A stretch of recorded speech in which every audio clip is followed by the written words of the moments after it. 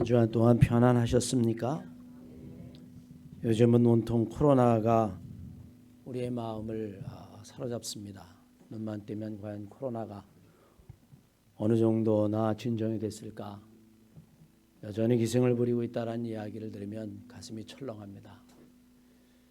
5월은 계절의 여왕이라고 이야기를 하죠. 세상에 있는 모든 생명체들이 가장 활발하게 움직일 때입니다. 일찌감치 핀 꽃들은 비록 졌어도 여러분 그 푸른 잎 사이가 아름답고 또 뒤늦게 피는 꽃들은 그 아름다움이 더 화려하게 느껴지는 때입니다. 그래서 5월은 어린이 주일도 있고 또 어버이 주일도 있고 그 외에 야외 예배도 있고 행사가 가장 많은 달이기도 합니다만 올해는 안타깝게도 코로나 바이러스 때문에 모든 행사가 다 멈춰버리고 말았습니다. 모든 국민들이 코로나가 이대로 사라지기를 간절히 바라고 소망하고 희망했지만 안타깝게도 우리 동네 가까운 곳에서 감염된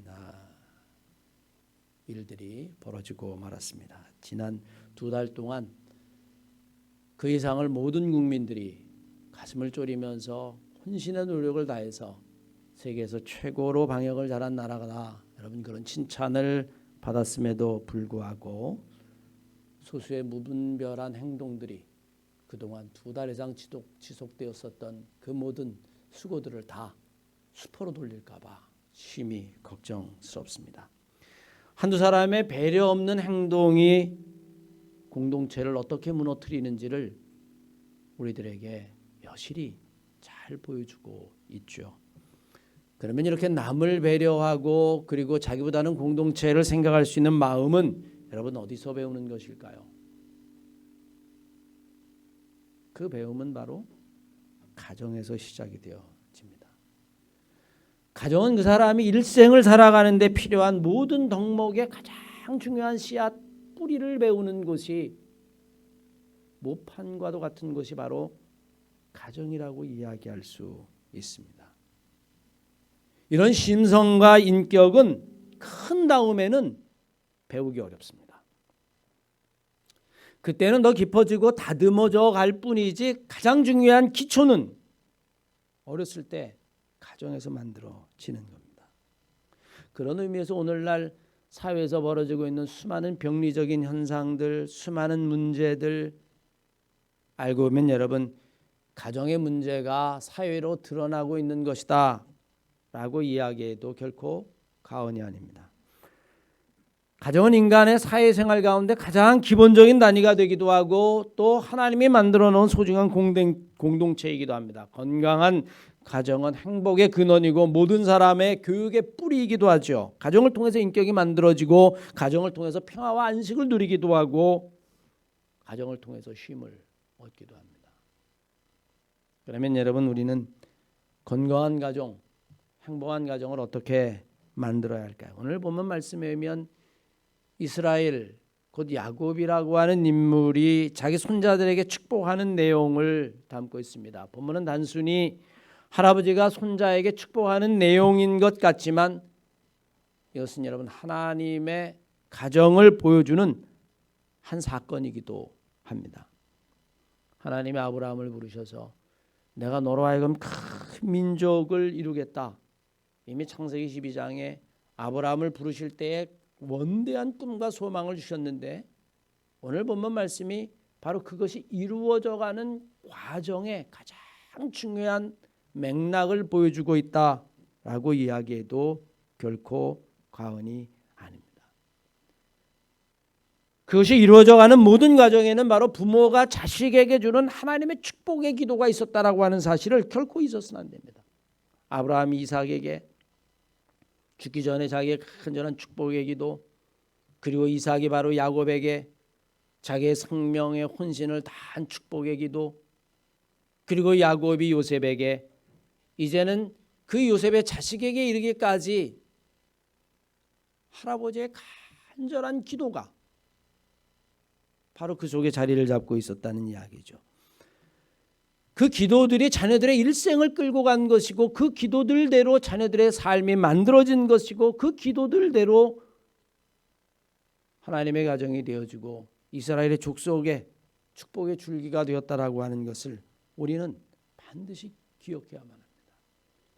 여러분의 가정이 하나님의 가정이 되고 여러분의 가정이 정말 축복의 가정이 되고 하나님이 기뻐하시는 가정이 된다면 오늘의 말씀에 있었던 이 야곱이 자기 아들뿐만이 아니라 손자들에게 간절한 마음으로 축복했었던 이 축복을 꼭 기억하시고 여러분의 삶 속에서도 가정 속에서도 이대로 실천할 수 있는 가정 되시기를 주의 이름으로 간절히 축복합니다.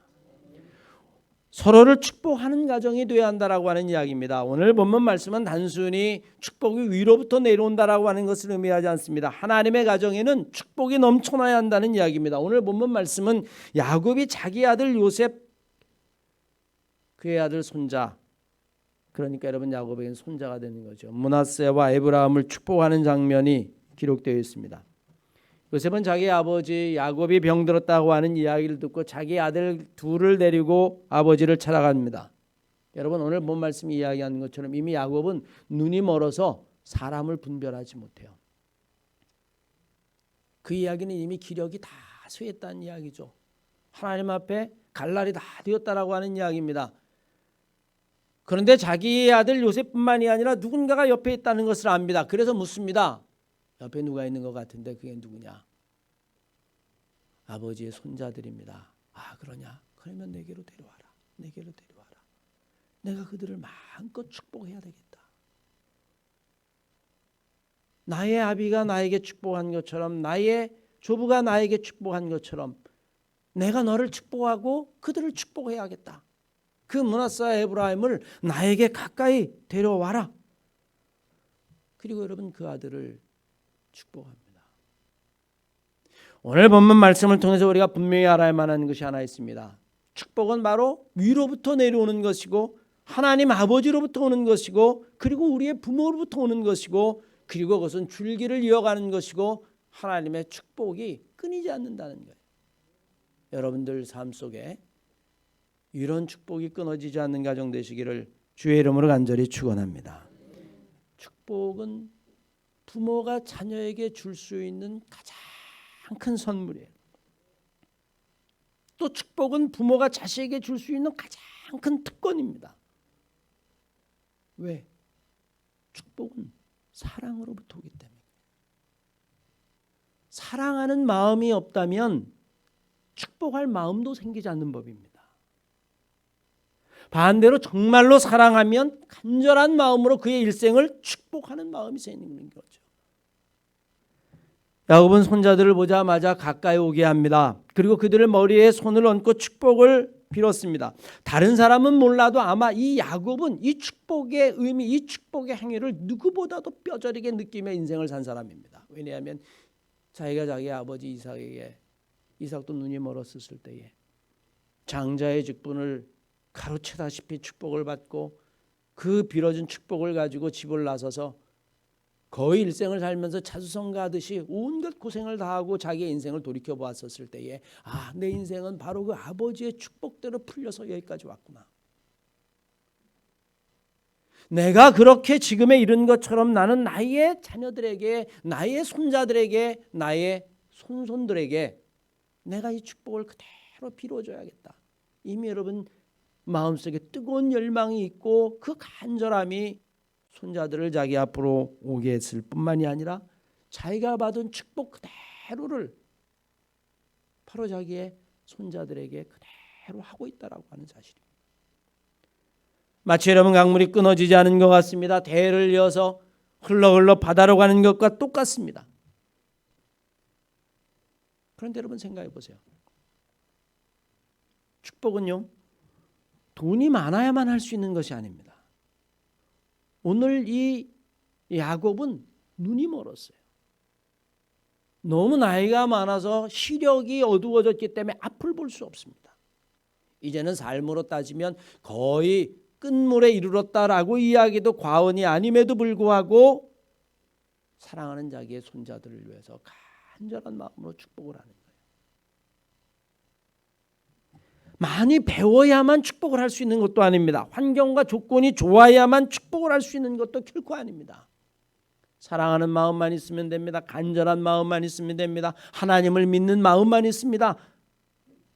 하나님이 인생의 성사복을 주관하신다라고 하는 마음만 있으면 얼마든지 축복할 수 있다는 거예요. 값으로 따질 수 없음에도 불구하고 세상에서 가장 고귀하고 비싼 것이 바로 이 축복이라는 겁니다.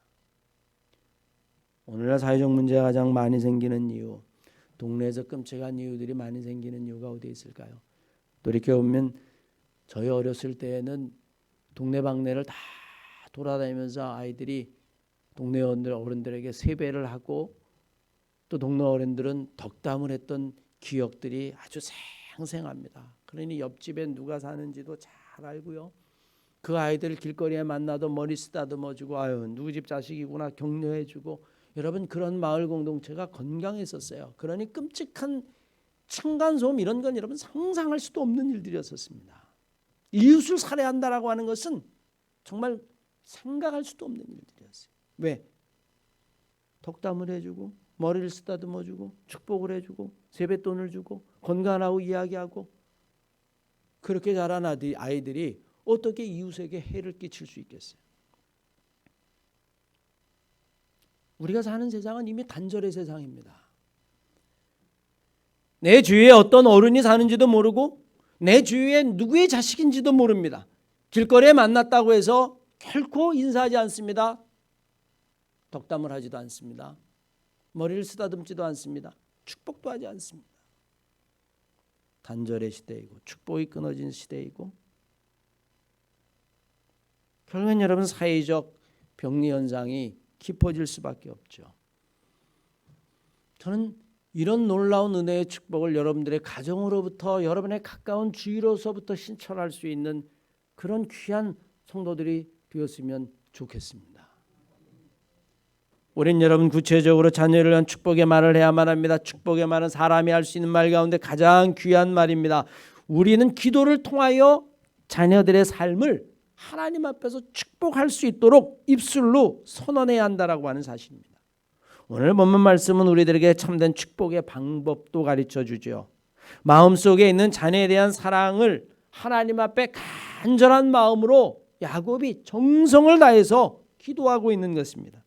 축복의 말은 사람이 할 수 있는 말 가운데 가장 귀한 말입니다. 사람은 자기의 고백하는 말의 열매를 먹으며 살아가는 법입니다. 우리는 우리의 기도를 통하여 구체적인 입술의 고백을 통하여 자녀들을 축복하고 사랑하는 사람들을 축복한다라고 선언할 수 있는 그런 사람들이 되어야만 합니다. 히브리서 11장 20절로 21절까지의 말씀에 보면 이런 말씀이 있습니다. 믿음으로 이삭은 장차 오는 일에 대하여 야곱과 에서에게 축복하였으며 믿음으로 야곱은 죽을 때에 요셉의 각 아들에게 축복하고 그 지팡이의 머리를 의지하며 경배하였고 그대로 이루어졌더라. 우리는 입술로 고백하고 시인하는 것을 소중하게 여겨야만 합니다. 내가 입술로 뱉는 말, 이건 말이니까 입술로 나오는 이야기를 하찮게 생각하는 사람들은 반드시 그 입술로 나오는 이야기 때문에 화를 당하게 되어 있습니다.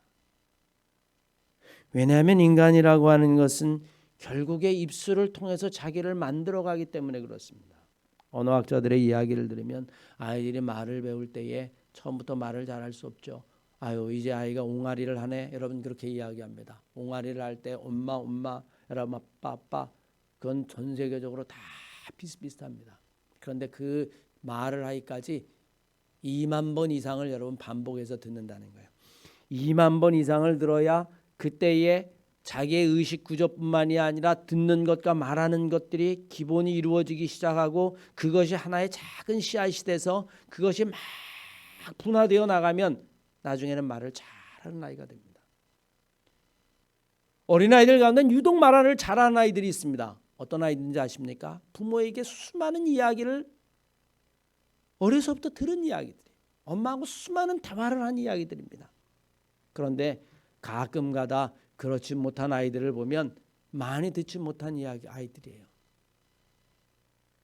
듣지 못했기 때문에 말하지 못하는 것입니다. 여러분 그것은 언어도 똑같아요.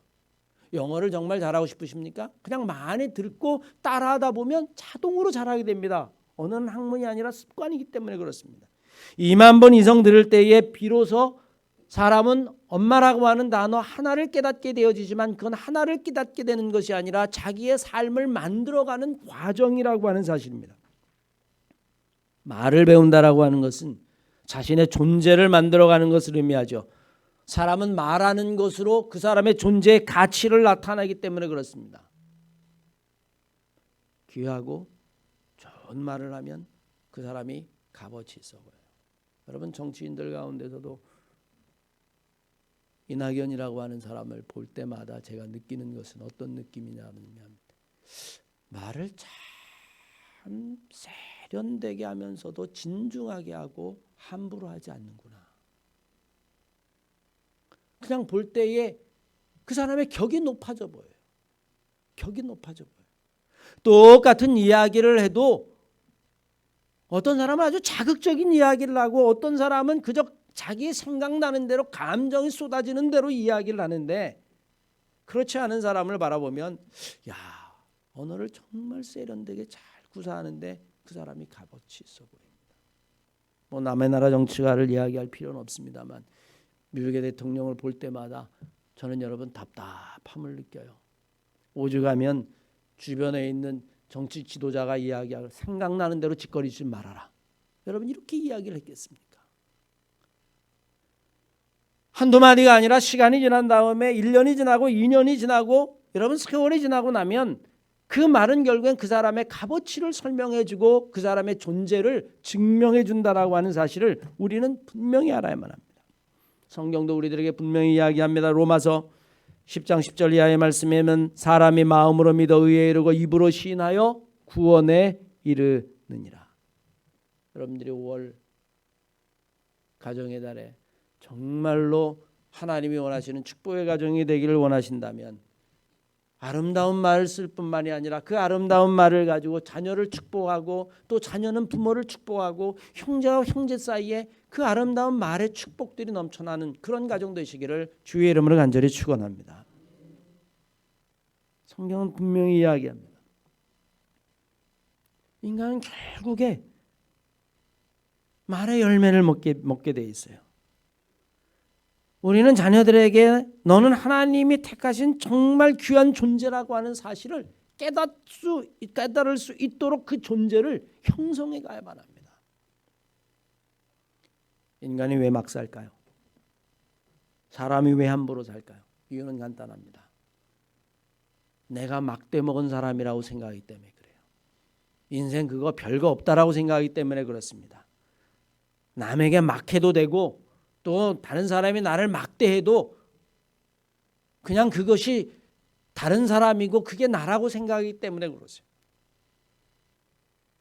다른 사람도 소중할 뿐만이 아니라 자기 자신도 소중한 존재라고 하는 사실을 깨닫을 수 있도록 해줘야만 합니다. 그게 부모가 해야 될 영적인 사명일 뿐만이 아니라 부모의 축복의 말 한마디가 아이들의 존재를, 아이들의 인격을, 아이들의 삶을 형성해 간다라고 하는 사실을 결코 잊어서는 안 됩니다. 사람에게는 하나님이 주신 특별한 은혜가 있죠. 바로 말할 수 있는 능력입니다.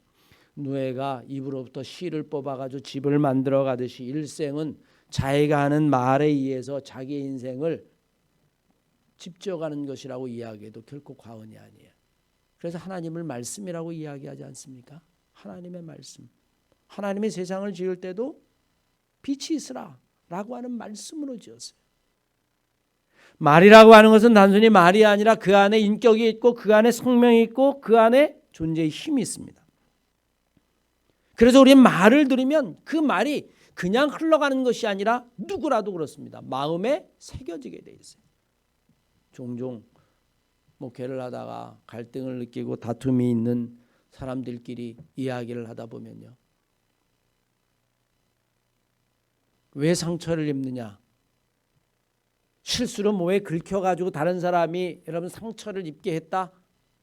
죄송한 이야기지만 일주일도 안 가서 상처가 아물면 기억도 나지 않습니다. 아, 저 사람이 실수로 나를 돌려가지고 가방에 치여서 내가 긁혀서 피가 났어.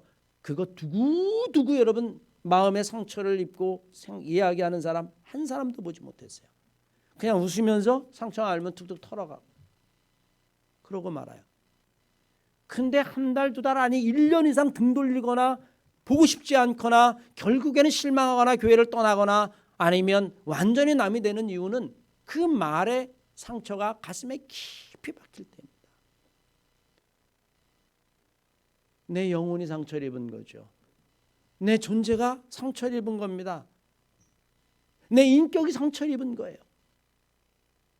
그건 칼이나 아니면 돌로 낼 수 있는 상처가 아니라 말로만 낼 수 있는 상처인데 그 말의 상처가 마음속 깊이 새겨져서 한 달, 두 달 아니 1년이 지나도 그게 여러분 잊혀지지 않는 거예요.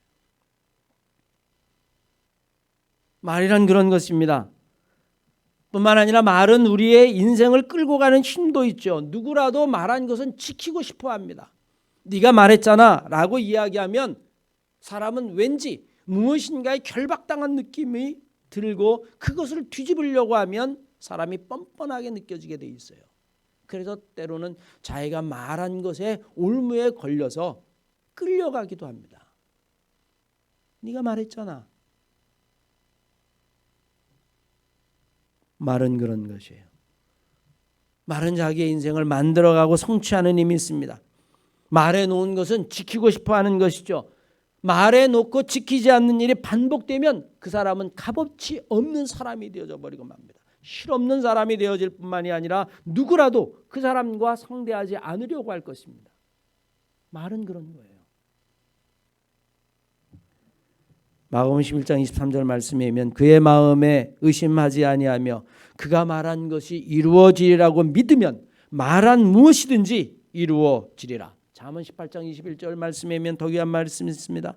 죽고 사는 것이 혀의 권세에 달렸나니 혀 쓰기를 좋아하는 자는 그 열매를 먹게 될 것이다. 저는 여러분들이 이 가정의 달에 여러분의 마음가짐을 오늘 야곱이 그의 손자들을 축복하는 내용을 마음에 담고 여러분의 자녀를 또 자녀들끼리는 서로를 부모를 온 가정이 서로에게 아름다운 말로 축복할 수 있는 그런 가정이 되시기를 주의 이름으로 간절히 축원합니다. 오늘 본 말씀에 야곱이 한 이 기도는 그저 자기의 기도일까요? 그렇지 않습니다. 오늘 야곱이 한 기도는 하나님이 듣고 그대로 갚으신다는 이야기입니다. 하나님은 우리의 말을 들으시는 분, 우리의 기도를 들으시는 분, 우리의 마음속에 있는 것을 들으시는 분이에요. 축복은 축복으로 갚아주시고 불평과 원망으로 갚아주십니다. 민수기 14장 말씀에 보면 가나안 땅을 정탐하고 돌아와서 불평하는 10명의 말을 듣고 다시 애굽으로 돌아가자 이스라엘 백성들이 그렇게 이야기를 했어요. 갈등이 생겼습니다. 가나안 땅에 가보니까 그들에 있는 수많은 족속들은 기고리장대하고 우린 메뚜기와 같아서 싸우나 마나 우린 다 죽은 목숨이다. 그러니 우리는 돌아가자. 여기까지 온 거 다 헛수고다.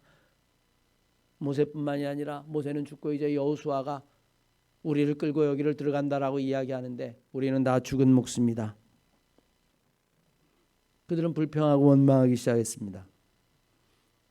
하나님이 이스라엘 백성들을 책망하죠. 그때 모세가 하나님 앞에 간절한 마음으로 기도할 때에 모세에게 하나님이 이렇게 말씀하십니다. 민수기 14장 26절로 28절까지의 말씀에 보면 여러분 꼭 기억하십시오. 여호와께서 모세와 아론에게 일러 가라사대 때 나를 원망하는 이 악한 회중들을 내가 언제까지 참으랴. 이스라엘 자손이 나를 향하여 원망하는 그 원망의 말을 내가 들었노라. 이제 그들에게 분명히 이야기해라. 나의 존재를 가리켜서 맹세하노니 내가 하나님인 것을 두고 맹세하노니 내게 들린 그대로 내 귀에 들린 그대로 내가 너희들에게 갚아주리라. 여러분 이 말은 정말 무서운 말이기도 하고 축복의 말이기도 해요. 이스라엘 백성들이 끊임없는 원망의 이야기를 들으면서 내가 너희 이야기를 다 듣고 있는데 내게 들리는 그대로 너희들은 그렇게 될 것이다. 내가 그렇게 만들어주마. 그런데 여러분 놀랍죠. 여호수아와 갈렙은 자기들이 고백한 그대로 가나안 땅에 들어갔어요. 그런데 나머지 지파들은 40년을 고생하고도 가나안 땅에 들어간 자가 없습니다. 자기네들이 이야기한 그대로 하나님이 갚아준 거죠. 사랑하는 한마음교회 성도 여러분, 사랑하는 사람을 마음껏 축복하십시오. 그것이 자녀라면 더욱 그렇습니다. 할 수 있는 한 축복하십시오. 절대로 분노와 짜증을 자녀들에게 그대로 쏟아놓아서는 안 됩니다. 왜냐하면 부모의 입술은 자녀의 삶을 결정할 수 있는 특권이 부모에게 있기 때문에 그렇습니다. 그러면 여러분 구체적으로 어떤 이야기를 해야 할까요? 자신이 가장 소중한 존재라는 것을 알게 해줘야만 합니다. 내 자식이기 전에 하나님의 귀한 자녀라고 하는 사실을 깨닫게 해줘야만 합니다. 저도 자라면서 여러 가지 경험이 있는데 아직까지도 선한 것이 있어요. 기억력에 선한 기억들이 있는데, 선명한 기억들이 있는데, 여러분 아시겠지만 저는 어렸을 때 아버님이 돌아가셨는데 제가 여러 가지 상처가 있음에도 불구하고, 그럼에도 불구하고 오늘날 이렇게 목회 자리에 있었던 가장 큰 힘이 어디에 있을까 생각하면, 제 어렸을 때에 저를 끝으로 끌어안고 저희 모친께서 머리를 쓰다듬으면서 내 귀한 자식, 내 귀한 자식, 하나님이 너를 반드시 지켜줄 거야. 이 예미는 힘이 없고 늙고 너를 지키지 못하지만 하나님이 너를 반드시 지켜줄 거야. 네가 얼마나 소중한지 아니? 그게 여러분 아직도 선명해요. 저는 어떤 순간, 어려운 순간에도 포기하거나 좌절해 본 적이 없습니다. 아마 그 이유는 그때 그 어머니가 세상에서 가장 소중한 존재라고 하는 사실, 그 입술의 말을 가지고 저를 끊임없이 제 존재를 형성해 왔기 때문인지도 몰라요. 어쩌면 그 이야기들이 내 평생에 있을 열등감이나 아니면 우울감을 극복할 수 있는 힘이 되겠는지도 모릅니다. 왜? 하나님이 나를 지켜주시고 세상에서 내가 가장 소중한 존재라고 하는 사실.